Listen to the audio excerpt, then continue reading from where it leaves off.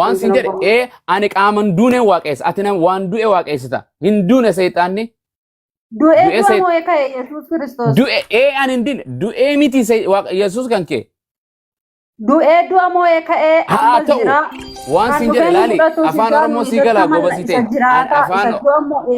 afaan Oromoo sii gala ani fadhu moo hin moo'in maal mo'a qaama waan hin duune tokko eega du'e maal mo'a du'e moo hin duune du'e ka'e du'a moo eeka okay gobas haa ka'u hayyee seexaanni du'e ka'e waa'ee seexanaa nan ilaallatu naan si laallata seexaanni maaf dhugaa fudhachuuf hin deemture ani isa du'a moo eeka itti namanaa okay ani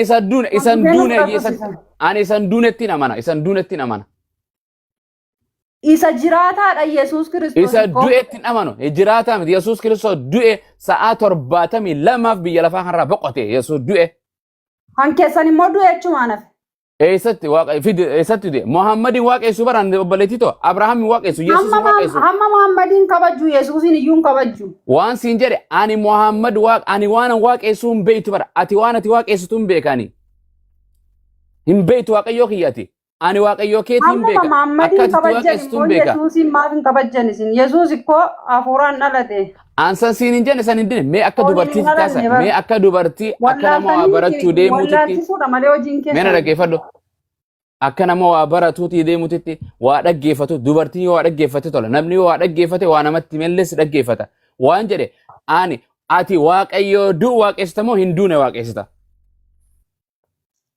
ani Yesuus Kiristoos isa du'ee du'a moo eeka isa amma teessoo gaafiin kiyya kanaa miti kanaa dhufeenyu fudhatutti namanaa bakka kanuma namanaa ani gaafiin kiyya kanaa miti waaqayyoo du'u waaqessita moo waaqayyo hin duune waaqessita laali takka deebisuu hin dandeessu waaqayyoon du'u bar ameen ameen goobas harka dhaawaaf jala keenya goobas harka dhaawaaf waaqayyo hindu Yesuus du'e moo hin duune foon uffatee dhufee waan fedhe uffatu ameen qaamni du'u dhaggeeffadhu afaan maxara san siraa godha qaamni du'u waan ni du'u uumamni du'u tokko uumaa du'a moo uumamaa du'a kirikiriis akkasii keessa nan gashin ibbo hin dandeessu akkamiin barachuu deemta ayyee deemna geette firra deem waan du'u akkas baga sii galte alhamdulillah hanga suma fitti galchite gooli hin du'u waaqni jette du'e Yesuus waaqan ta'u gonkuma Yesuus namuma kaleessaas arras borus jedhe ongeelle abu muwaadilleen kanuma amana pheenxelleen kanuma amantiin fudhattu waaqayyo hin du'u Yesuus du'e seexaanni sakendi takkaaf hin duune malkisaadiquun duune akka wangeelaatti barabaraan jiraata Allahu akbar kennan takka isa qotte kenna hin qotte fedi Allah fedi dhufe mas maka ajaibaati rabbi kiyya fedi Assalamu alaikum alaikum salam islama Lucky ka fadi akkam yati nagaa jirtu akkam isin nagaa alhamdulillah garaachin rukkubeenaan kolfaani seeratti nu dhiyaattu garuu waan jedhu Yesuus ni jira naan jette hin jira jette mucaani hin jira jette ni jiraan jedheen hin jiru jenneen seexaanii no jira inna isiinu ni jirti miti sistem bakka kolfuun hin danda'amu mana namaa keessa odaan na dikadda na miicadda yoo feetan saabuna na goradha maali adiin dubbadha adiin uffadha adiin dhuga egaa dubbachuudhaaf baay'een isin jaalladha baay'een isin kabaja akaasi maaliif adiin nu jaalachuu qabdi dirqama silaa nama akka keetii jaaladhu kan jedhu caafame si jaalanna nutiisi maaliif gaaffiin gaafattan gaaffii bareedaadha dhugaa dubbachuudhaaf sagaleen kan kee hin kutte boo fadi hin jirti sagaleen hin dhagaamu akaas amma hin dhagaamu waaqayyo duwwaa sagaleen dhagaamne kee dhaga'uu qabna ka ammas kutte gaaffii babbareedaa gaafattu namni ofitti amanee deebisuu jiraannaan garuu immoo namni kan seenu yeroo baay'ee ijoolleen bishaannedha dhugaa dubbachuudhaaf wani barin finneef maaf dhufani gurguddaan yoo dhufee nu lolta namni ofitti amanamummaa hin qabne deebisuu kan hin dandeenye dhufuun gaarummaa hin qabu dhugaa dubbachuudhaaf dhimma amantiidhaaf fooloo futuun taane dhimma amantiidha amantiin Absolutely. immoo kan abbaati. Garoon gaaffii tokkoon qabaa isanis hin gaafachuu Gaafadhu. dhufee dhugaa dubbachuuf. Ayye. Argadhu bilaash hin kafaltu. Mucaa musliimaaf wayii faanan dubbadhan ture waa'ee amantaa kanaa jechuudha. Fadha biraan dubbattanii? No, gaaffiif deebii jechuudha. Iyesuus maalidhaan aan jennaan Iyesuus karaadha, karaa ittiin gara abbaa dhaqanidhaan jedheeni. Dhuga deebiste Abbaan dhuga. suni Allaadhaan aan jedhe. Kan Iyesuusiin erge Allaadhaan aan jedhe. Akkas. Tole ishii Allaas haa ta'u garuu yoo Iyesuusiin beettedha kanati Allaama sanayyuu beettuu hin jedheeni. Maaliif anachi leesh ana leesh biruuhi waddii ana biruuhi siidaa naan jedhe. Ajaa'iba. Qaxxitaa maaliif anachi isuma maaliifaniin sagadu maaliifana siifachaa deemaa naan jennaan isa immoo macaafa qulqulluu irra jira kaa isatti yooti hamante Akkas. isa beekuu qabdaa naan jedhe dhugaa dubbachuuf amma ijoolleen musliimaa tokko kan onlaayinii kanarraati poosterii faa gadi gombisanii Iyesuusiin kan arrabsan jiru. Amma madaamiin koo garuu maalitti Iyesuusin arrabsamu hin jaallanna hin kabajnaa Abadan. jette. Akkas. Namoonni arrabsan garuu tokko hin jiru musliima keessa. Hin arrabsamu garuu isin iyyuu kabajuu qabdu. Islaamaa miti. Islaamaa miti. No. Ta'uu hin danda'ullee. Ishii erga sin jaallattani maaltu musliimaaf kiristaana gargar godhare hin jaallattu. Qoy.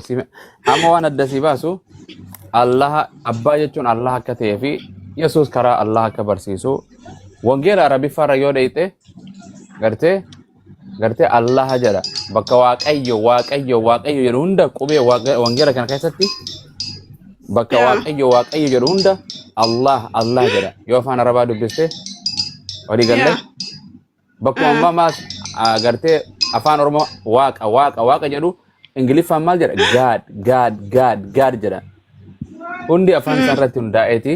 So Yesuus Kiristoos nuti eenyu fadhi gartee Yesuus Kiristoos karaa waaqayyoo akka barsiisu dirqama keenya ni amanna karaa waaqayyoo barsiisa. Ni amantaa? Ati akkas tole Yesuus Kiristoos dhuga barsiisa dharan barsiisu piraankiin barsiisu akkuma wangeela Yohaannis boqonnaa 8:40 irratti ani jedha Yesuus dhugicha isaan waaqayyoo irraa dhageessanitti meeraa jedha dhuga barsiisa dharan barsiisu. Gobas Yesuus Kiristoos jireenya barsiisa akka jireenyatti harkattu yoo karaa Yesuusin sabni Israa'el yeroo biyya lafaarra jiran namni Yesuusitti hin amane jireenya barabaraan harkatu namni bara Musee jiru yoo Museedhaan faalleesse jireenya barabaraa hin argatu namni biyya lafaarra jiru Abrahaam hin faalleesse yeroo sanitti hin argatu walii galle jirtaa way biizeedha zaamaa keessa jirtaa No, dhagaan jiraan seeraan. Okay. Ayyee tole Yesuus Kiristoos karaa waaqayyoo barsiisa jedhan karaa waaqayyoo kamii barsiisa waaqayyoo abbaa isa tokkicha uumaa waa hunda teessan fakkeenyaaf bara Museedha yoo Museen waa'ee abbaatti hin himin sabni Israa'el abbaa beekuu danda'u? Hin danda'u. Yoo Iyesuus biyya lafaa keessa warra akka hoolotaa karaarraa godhe mana Israa'elii dhufe kana yoo waa'ee abbaa, waa'ee jireenyaa, waa'ee dhugaa ittiin himin beekuu danda'u? Hin danda'an. Kana jechuun namni Yesuus Kiristoos nuti ergamaa Rabbiiti Dibro Maariyamaa intalan ejjine intala sagaggaalummaan daleenarra dinqiidhaan mu'ujizaadhaan isa miracle waaqayyoon Maariyamaaf ilma kannee isiirraa argame ergama saba Israa'el jennetti amanna nama jaallatamaadha nama Qur'aana keessatti haati isaatillee jaallatama inni illee nu biratti jaallatama Muhammadii fi addaan baafnu namni Yesuus jedhee gaggaragalchu islaaman ta'u kaafira sana amantii islaamaa keessaa bahee jira amantii islaamaa keessaa beheeti jira namni Yesuusitti namane Abrahaamitti Muusetti Salamoonitti Isaaqitti Daawuditti Nuuhitti namni namane islaama ta'uu gonkumaa hin danda'u ulaagaa san keessa islaamummaa keessa namni gartee nabiyyoota raajootatti amanuun dirqama ta'a jechuudha. Waan siin jedhu nama qalbii namaati wayillee fadhu so rabbiin akka jiru ni amantaami. An rabbiin akka jiru eewa amantaa kana dhugaa dubbachuuf nan jaalladha nan kabaja garuu an gaaffiin isin gaafadhu tokko kan Yesuusin ergee abbaadha. Akkas. Yesuus Kiristoos kan erge abbaadha. Yesuus Kiristoosin yoo beettedha kanati gara abbaa sana dhaqxuu jedha macaafni keenya. Kan Yesuusin erge abbaan sun abbaa sana beettuusin abbaa sana beettu. Uumaa waa hundaa ta'u Nabi Muhammadin nutis Nabi Muhammadiitu biyya lafa Nabi Muhammadiitu Allahan waaqayyo uumaa waa hundaa amma fakkee abbaa jechuun bar abbaan okay fakkeenyaaf abbaan hatira kana eenyu jedha abbaa jechuun abbaan hatira kana abbaan mana kana abbaan konkolaataa kana eenyu jechuun maal jechume naa ibsi. Fakkeenyaaf amma akkuma koofii akka abbaa koo jechuudha amma kunoo naannaa argitan na beektu. Jechuun waan jedhee bar beeke abbaan mana kana eenyu maal na'uu yoo sin jedhan abbaan mana kana eenyu jedhan maal jechuu? Abbaan mana kana eenyudha kan mana kana ijaarrate eenyudha abbaan dhuunfaan mana san qabu jechuudha miti? Eewa. Goobas abbaan kee nuuf abbaa yeroo jedhamu abbaa jechuun uumaa waa hundaa kan waa hunda dhuunfatee jechuu bar uumaa jechuu bar abbaa jechuun waan biraatii miti uumaa jechuun waaquma jechuu bar waan biraatii karaa biraatiin nuuf waaqayyo tokkotu jira innis abbaa jedha Phaawulos isa waan hundumaa uume jedha Qorintos keessatti walii galee abbaa jechuun uumaa waa hundaati. Yesuus Kiristoos abbaa biraa dhufee miti uumaa biraa dhufe ati eessaa dhufte? Ani abbaa koorraan dhufe. Abbaan kee eessaa dhufe? Abbaa isaarraa dhufe. Deemee uumamni hundi eenyutti deebi'e? Waaqayyuma biraatti himi? Eewa. Goobas waaqayyo haadhaa fi abbaan kiyyaa fi haadhaa fi abbaan kee waan raawwatan ni beeytaami? Eeno. Fadha isaanii raawwatanii bishaan gadaamessaa harmee teenyaa keessatti dhangala'u sana kootis waaqayyoon ani dhiira haa ta'u osoo hin jedhin dhiira ta'uu naan danda'a. Haadha kiyyaatu dhiira na godhe moo waaqayyoo dhiira na godhe? Waaqayyootu dhiira isin godhe. Kanaafuu eenyu biraa dhufe ree ajajni san gartee ani waaqayyo biraa hin dhufe ka harmee tiyya biraa hin dhufne. Sigalee? Eeno waaqayyo biraa dhuftan. Tole Yesuus Kiristoos kana haadharraa argame miti abbaa malee. Eeno. Yesuus Kiristoos dhiira ta'eeti Maryam irraa argame moo dubartii ta'e argame? Dhiira ta'eetu Maariyaam irraa argame. Goobas dhiira akka ta'u eenyu isa taate fadha waaqayyootiin maletti dhiira ta'uu ni danda'a. Abbaatiin ala. Abbaatu isa taasise. Goobas abbaatu taasise anaa fi atis abbaatu nu taasise bishaan sanirraa dhiiraaf dubartiin godhe. Adam biyyoo sanirraa eenyutu dhiira nama foonii taasise Adam? An kanan jedhu siidaa magaaffin isinirraa barbaadu abbaa sanatti amantuu sin abbaa sanatti ni amanna Allaan abbaa sanadha kan jedhuun. Nuti abbaan jennuun uumaa keenya jenna malee abbaa jechuun afaan Giriikii afaan oriijinaala sanii yoo deebite uumaa jechuun abbaan waan biraatii miti. Afaan wangeela afaan Oromootii fi afaan kanaatu wanta jedha malee oriijinaala sanii yoo deebite uumaa jechuun haaliqa hawaa uumu jechuun hawaa hunda dhuunfatee jechuun. Nuti abbaa sanitti amanna malee Yesuusitti hin amannu. Yesuusitti ergamaa ta'u nama ta'u amanna. Amma walumaa galatti isa Yesuusin erge abbaa sanatu Allaadha jechuudha. Isatti amantu sin jechuudha akkasii. Eessarraa akkasidha. Kan Yesuusin erge Allaadha. Wangeelii nu jedha. Maarre Allaan erga Yesuusin erge ta'eeti abbaa sanatu Yesuusin erga ta'eeti anis itti namana garuu isa beekuun dirqama kaa. Isa beekuun dirqama. Si beekuun wani duba Oromoo ta'uu dirqama si beekuun shamara ta'uun kiristaana ta'uun kun dirqama siin beeka kunoo beekuu jechuun waan takka bar waan takka waaqayyo jiraachuu eenyu sitti hime Yesuustu sitti hime ergamootaa sitti hime Museefaa sitti hime hin beeytu abbuma kanaa karaa san hin malee hin beeytu ibiddiniif jannani jiraachuus hin beeytu walii gallee So uumama kana hunda Yesuusiif kan uume hin beektu. jilbeenfachuun dirqamadha. Eh? Yesuusiif jilbeenfachuun La Yesuusiif sagaduun waaqayyo calla waaqayyo duwwaaf sagadaa jedhe Yesuus Kiristoos. ishi intina Ati eenyuuf sagad? natti dubbisa chaan deema. Yesuus okay waan si jedhu woomata lamaan si ibsa baqa. Yesuus waaqa jettee amantamoo ergamaa waaqayyo jettee amanta? Eh? Yesuus waaqa jettee amantamoo ergamaa waaqayyo jettee amanta? Yesuus waaqadha kan abbaan erge. Waaqatu waaqa erge.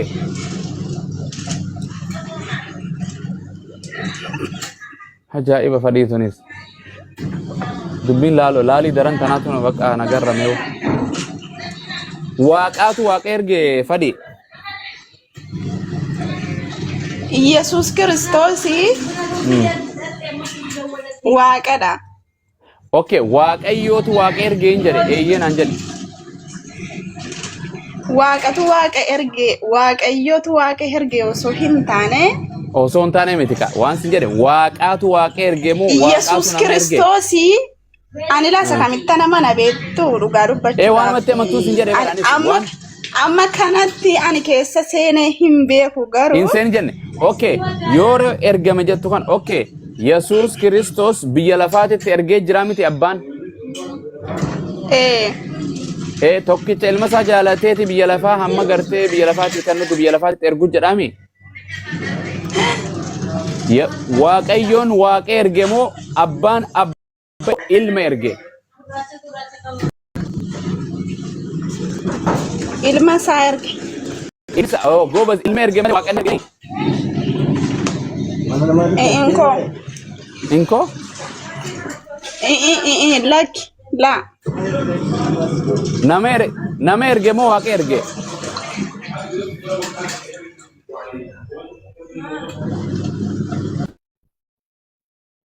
Incofatte bakka isinis. Ajaa'iba. Rabbi sinaa. Cimdii kana hojjaasa. Cimdii. Cimdii. Wayye. Hin dhaga'amu sagaleen kee dubartii turre dhaga'amaasa. Cimdii. Kan isaanii sagaleen qal'aadha. Qal'aadha? Kan eenyu? Gurra namaa seenaa dafe. Okay, hin dhaga'amu kee dhugaa namni ragaa natti haa baatu ijoolleen kiristaanaalleen. Ol fuudhimee qonqa kan kee lallabii jedha wangeelaa lallabimee ol fuudhi sagalee kan kee. Okay. Anaanis jedheera. Anaanis jedheera. Eeka eenyu jedhe silaa? Lallabeedhe malee ol fuudhee lallabee dheere. Maali uumamu hundatti lallabaa jedhee miti? Maali yoo ol fuudhee malee nageessaniire. Akkaasi lallabaa jechuun telefoonii fi maayikiraafoonii yeroo san hin jiru lallabdee nama dhageessisu. Waan jedhu cimdii islaama moo kiristaanaati? Nuti siiqaa dhaggeeffadha. Namaan. Ati nama moo bineensa siin hin jennee bara? Hundi eenyummaa kana gaafachaa jirtaa miti? Eenyummaa kana gaafachaa jirtaa miti? Eenyummaa kan keessa hin gaafanne. Yeroo namni islaama moo kiristaana jedhee amantii. Ati kiristaana moo islaama yeroo siin jedhe namni amantuma deebisaaf. Okay, akkuma feetattu. Hayyee siin ati bineensa moo nama? Ani bineensa.